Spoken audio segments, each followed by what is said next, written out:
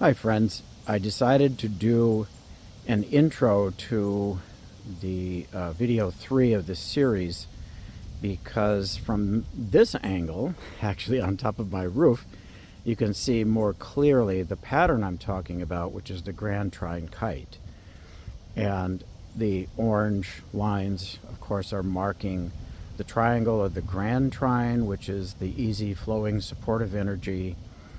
And the kite part, the head of the kite, is a balance point that actually communicates to both ends of this part of the trine between Pluto and Uranus, is what is Neptune, which is what are we envisioning and what are we believing.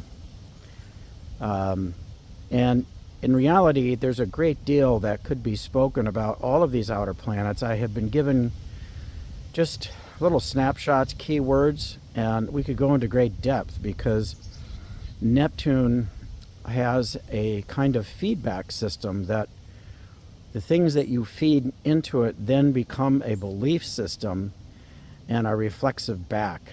And so one of the dangers is that you can feed the collective unconscious with a lot of untrue material or distorted material, such as there is only one true religion or one way to get to the Creator, when in fact there may be many paths.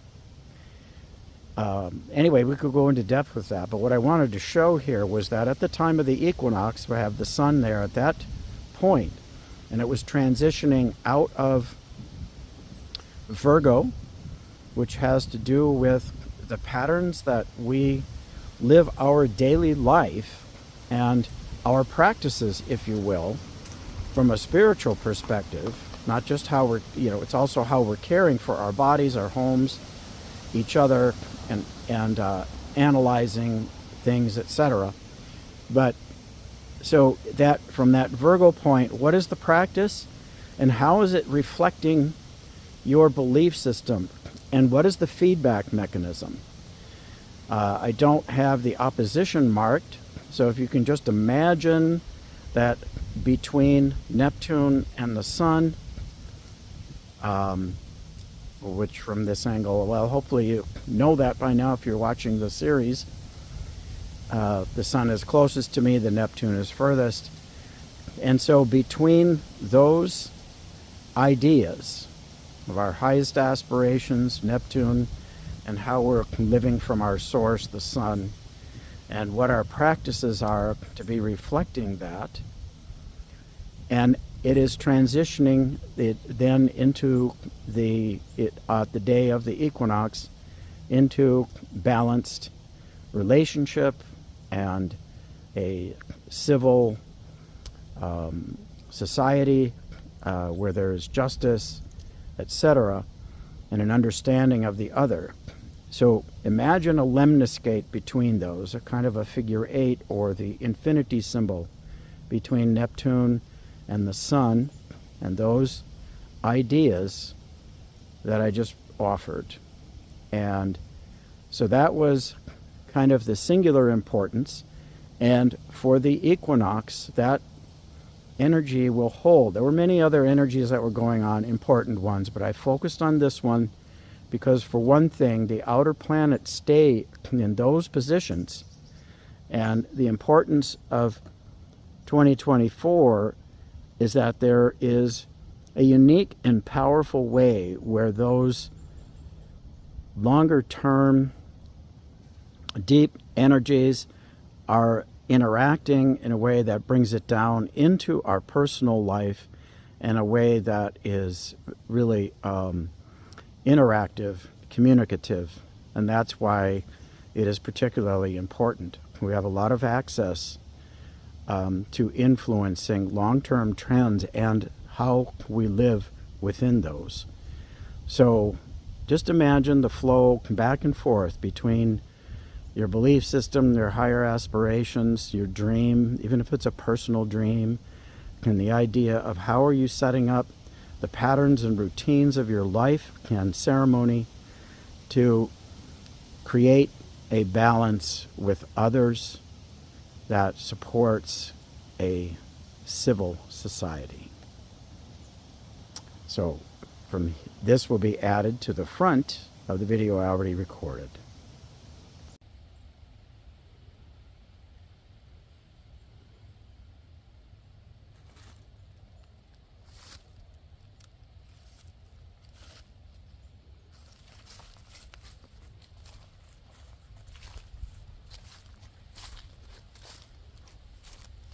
All right, friends, this is Jeffrey Grutner again with the next in our series, and this is like the third video of describing the energy that's going on here in the fall of 2024.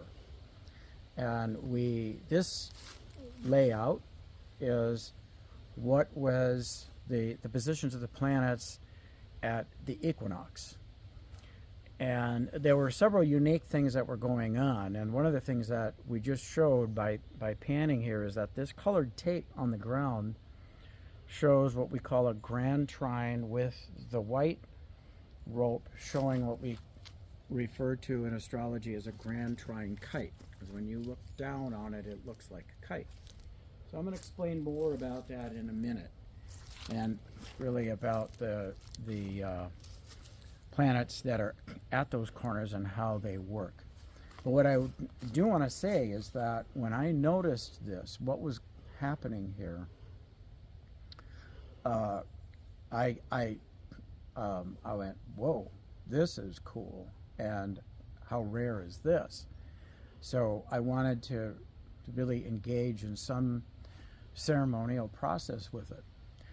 Well, to make a long story short, there have been discussions about going to Serpent Mound and doing some work with my friend Marilyn Larson, who creates and works with labyrinths, and one of her labyrinths has to do with sacred geometry, but she calls it the Walk of the Pleiades. And it turned out that there's the Serpent Mound Star Knowledge Peace Summit was going on at the equinox. So we ended up doing our ceremony at that conference, which was awesome. But that's going to be part B of this. So what I had planned to do is all one.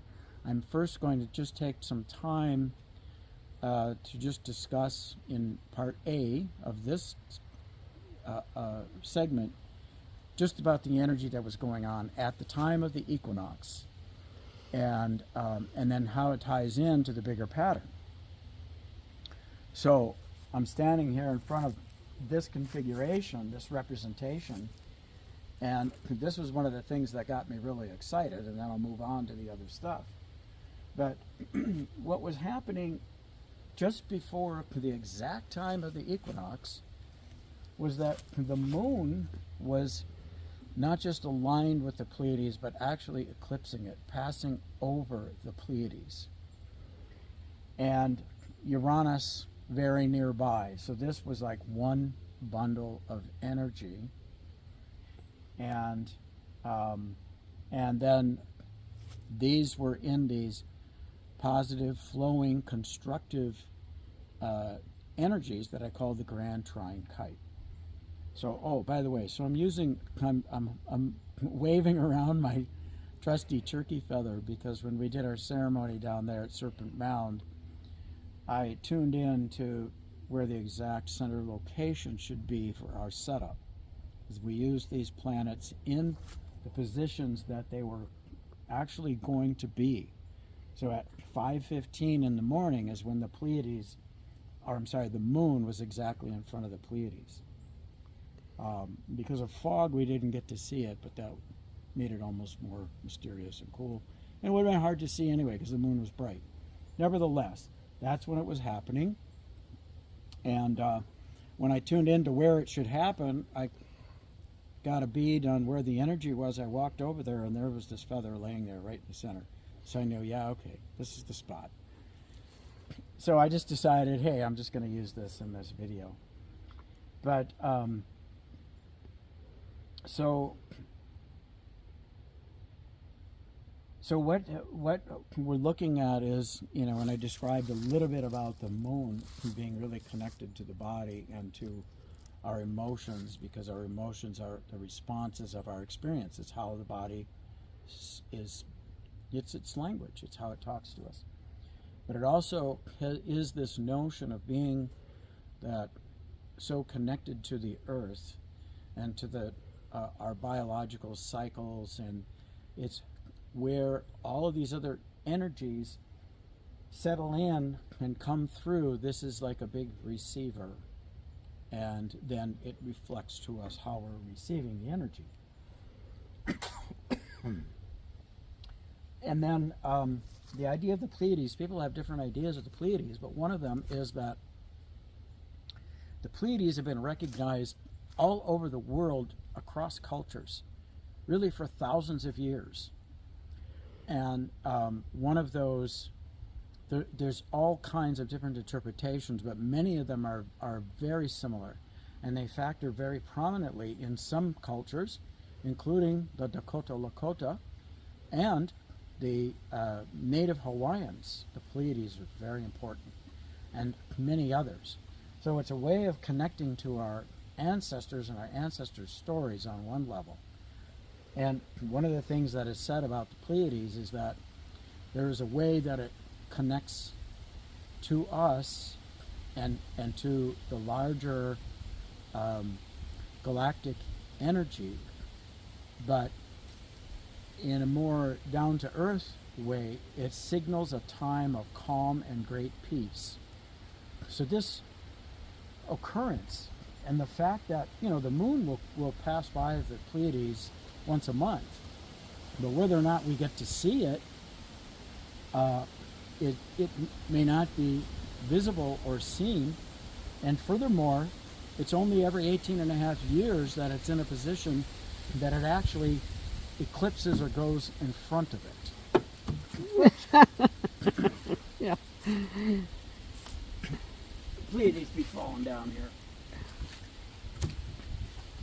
Anyhow, so, and that was occurring at a time when it was close to Uranus, close to this planetary energy of Uranus, which, as I mentioned in the previous one, broadly speaking, represents in the individual the will to freedom and the desire to be uniquely oneself and expressing their talents and really who we are. But it's more, these outer planets represent generational and collective energy. So it's the impulse of humanity to embrace equality and the being unique individuals in an equal society. So those are, as well as this connection to our collective superconsciousness, and so Uranian energy comes through often as flashes of insight and intuition and revolutionary ideas, bringing sudden and unexpected changes as knowledge on this mystical level is accumulated and comes through to humanity. At any rate, this was signaling peace and calm if we're connecting to the Pleiades and the ancestors, equality and democracy and unique expression, and being able to bring that into our form and transmit that message back out, because it works both ways. So this was really powerful, and making it even more unique as we spin around here is the idea that it was in these relationships that we call a grand trine. Now, so we have Uranus here, we have Pluto here, and at the time of the equinox, it is the sun was in that position to create this grand trine. A grand trine is that trine energies are constructive and supportive relationships between these archetypal energies.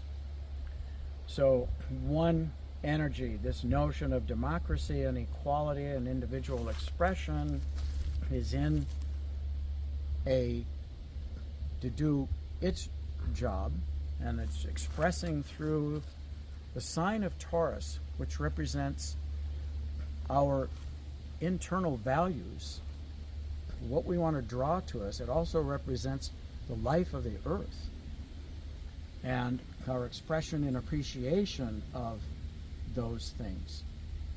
And by extension, because of the way humanity has set things up, it extends to money and security. In order to be able to secure our life force within the whole, frankly, you have to have money. And so we've invested our values in money. And we know that our current system is not very democratic and equal, in my humble opinion, and I think most people, because we all know that there are huge inequalities and that the way our money system works supports those who already have money and the super wealthy. So this energy was bringing attention, Uranian energy was bringing attention to the way that we're treating the planet, and that we need new ways and new ideas. The last time Uranus was in Taurus was in the 1930s, essentially. And we had really broken down the systems of life there. And we had also were confronting the idea that the system of money was not working very well.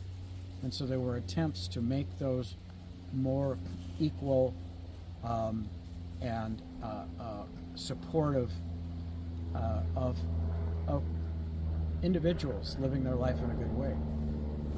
So, but it's in this supportive position that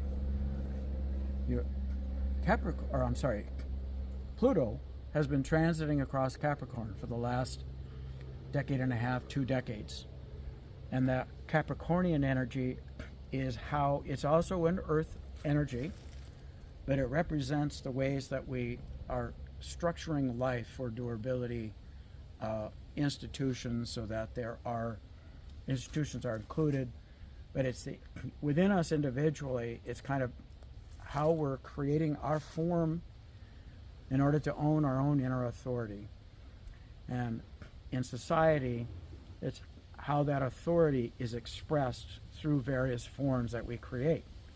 And included in that is not only government, but it is corporations, and it is the whole economic system. Again, I'm oversimplifying a little bit, focusing a little bit on the notion of the economic systems, but other elements too. So there was a lot of focus on how the government, people were looking at the government and the authority that's given there that should be coming from the people was not serving in that way. Less focus on how the economic system was not serving. And the response was more about the old system and those that benefited from it trying to consolidate power. Because Pluto is impersonal. It just means the empowerment through institutions and structures. And it's breaking it down in order to bring something new into being, to give it rebirth. And in that process, it's going to reveal the weaknesses or the shadow within all of those systems. So in reality, the government, the economic systems, all of these kinds of ways that we are organizing our reality are being broken down. And as I said in the other video, the last time it was in that role, doing that work, was when the United States had its revolution and broke away from a monarchy, a parliamentary monarchy, and a top-down kind of control. And we've been working on improving that ever since. So these should be working with each other, but because these energies can be used in ways that are not necessarily supporting revolutionary and evolutionary, because if somebody believes that they should have all the power because, you know, that's Pluto and Capricorn, that top down, they have the authority and the power, and they're coming from a Uranian place that it should be all about them and what they want, because that's the flip side. Uranus is not just about equality, but in an individual, it can represent this stubborn, forceful insistence on things being their way and everyone else be damned.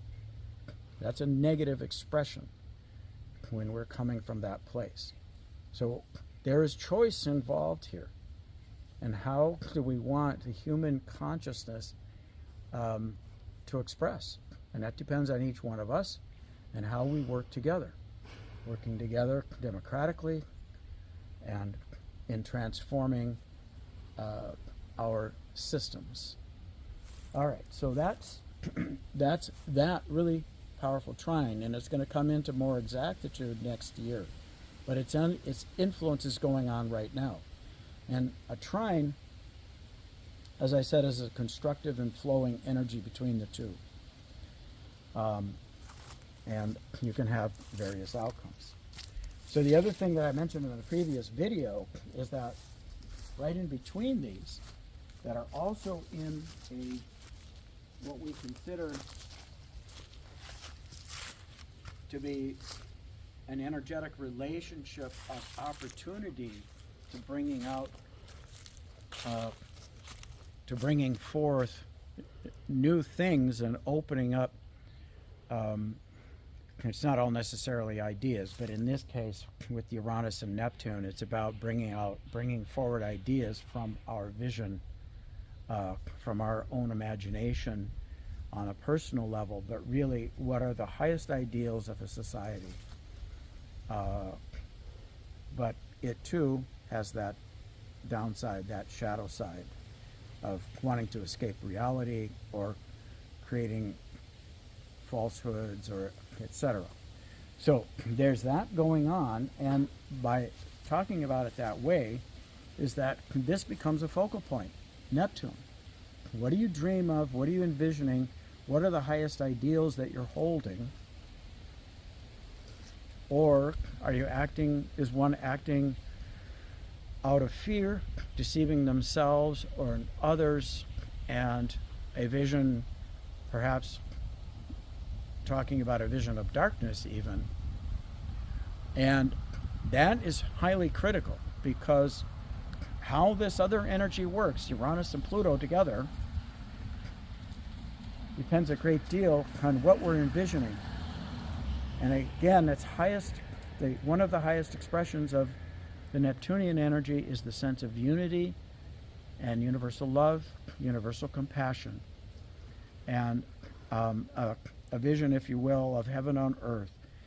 Those are some powerful strengths.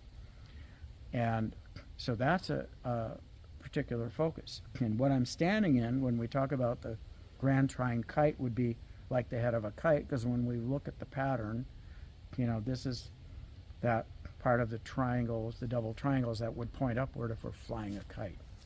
So now let's turn around and look back over here. Again, here at the middle is Mother Earth, and if you step back here to, I'm first just going to talk for a minute, because I'm talking about the grand trine, and this is the tripod is a pretty good metaphor, in as much as we know that 3 legs is self-stabilizing, you know, and if you only had 2, the thing might fall over. It takes the balance, but the 3rd leg balances it, keeps it really stable and level. So there's a way in which these other energies work that way. So there was this grand trine going on. So that's, as I said, to have that happening at the same time the moon is aligning with the Pleiades, it was really powerful. And so I set up the sun here, Mercury was close to it and was involved. I laid down the other planets that weren't, they were doing what they do too, but I didn't want to clutter it up too much. I wanted to focus on these energies. This is what I wanted to engage in. Well, the sun was at the last degrees of Virgo, which is the third Earth sign. And that meant that those two outer planets and the sun at Virgo was that moment of bringing in an energy of spirit. And Virgo represents many things, but it kind of represents the different patterns of life, noticing the patterns of life. But it's associated, to give you a mythic reference, associated with the High Priestess, who makes sure that the temple is in order, So we often associate it with the idea of routines and daily life, which it does, and keeps the temple healthy, the hearth and home. But think about it as the High Priestess, because these rituals or ceremony are really associated with assembling things in the earth plane to remind us that we are more than earthly bodies, and to support us in connecting to connecting to spirit and bringing spirit in. So that was pretty important. And how we it's how we harvest and digest or analyze information. It helps us to do that. So what were the patterns of everyday life? The sun in Virgo. And how are we going to do ceremony to bring this special moment into being was kind of a key point. And this happening just a couple of hours before it moved into the sign that represents balance and represents justice and a sense of equality. So you can sort of perceive a theme here, that being Libra, by the way, to moving into equinox. And how this becomes this other configuration is that the sun was exactly opposite Neptune. So Neptune, over there in Pisces, in its water sign, they're opposite each other. So here's where the thing that I mentioned in the previous videos, where the oppositions come into play. That how do you resolve? These are lots of different things I've talked about, and hopefully you're not confused yet. But the idea of how do we bring these in, if we, kind of focusing on, well, do I feel like I have the opportunity to be my unique and individual self and the power structures that be? Maybe not. Well, what can I do in my everyday life or in a ceremonial way, the sun in Virgo, that helps to bring it into balance, the sun moving into Libra, and a equal representation. And to do that, you can envisioning from Neptune. I'm bringing that vision in. And here's where that importance can happen. I can either view that energy from Neptune from a dark perspective of everything is bad, or from a deceptive, a self-deceiving, or an escapist perspective of just, oh, screw it, I just want life to just continue on the way it is. Or you can hold a vision of universal love, unity consciousness, and universal compassion. Those are not easy to achieve. Easy for us to imagine, but they're not easy to achieve because the nature of human beings. But if that's our focus, and the ritual that you create, both in your daily life You can make your daily life a prayer. And you can shift your routine with an intention. Can your routine now support, or is there something in your own home that you might want to straighten out, instead of it being chaos and nebulous, if you have that? That it having some kind of order, or maybe what you need to bring into your house is a place that represents this vision, this higher vision. And it can be personal too. I'm only talking about it as the highest aspirations and dreams, and that those are the ones that are going to get supported, because once you're in that vibration of universal love, now you're tapped into the underlying energy of the whole universe, the creative force. Now you're connecting to great mystery, creator, whatever your name for that is. So, and the other way, besides working out your own daily routines, and maybe, again, there's so many of those. Like, how do you change? Maybe you need to change some of your health routines and stuff like that. But you can extend that to how you live.